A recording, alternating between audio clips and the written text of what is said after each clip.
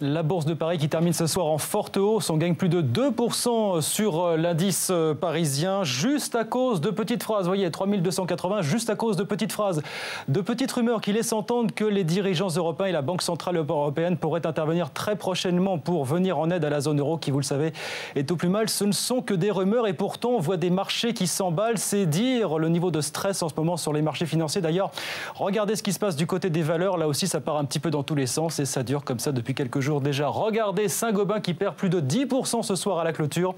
Vallourec qui perd 7,5%, on est à 32,96 €. Et puis à l'inverse, des valeurs qui s'envolent littéralement. Vous voyez, Michelin plus 7,7%, on est à 55,16 €. Et puis Renault qui progresse de 6,3%, 35,94 €. Renault, c'est le fait du jour qui, ça se confirme, résiste mieux que son concurrent PSA sur le premier semestre. En tout cas, sur le premier semestre, eh bien, Renault a réussi à dégager un bénéfice de près de 800 millions d'euros. Ironie de l'histoire, PSA a perdu près de 800 millions d'euros, toujours sur le premier semestre.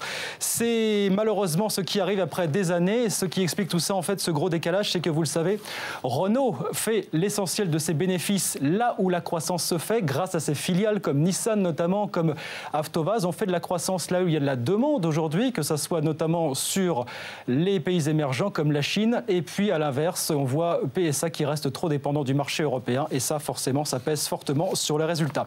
À retenir également, vous l'avez vu passer, les mauvaises nouvelles du côté des États-Unis. Les États-Unis qui vont très très mal. On a eu les chiffres ce matin du PIB pour le deuxième trimestre. 1,5% de progression, alors qu'au premier trimestre, on avait progressé de 2%. Ça reste tenable, mais malheureusement, c'est encore une mauvaise nouvelle pour les marchés financiers.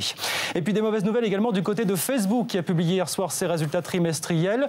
On a une perte de 157 millions d'euros, mais quand même une grosse inquiétude pour les marchés. Vous savez qu'aujourd'hui, les abonnés Facebook se mettent plus facilement sur le portable ou sur les tablettes, plus que sur l'ordi. Problème, eh bien Facebook, jusqu'à présent, n'a pas réussi à attirer suffisamment les annonceurs sur ces formats, sur le téléphone portable ou sur les tablettes.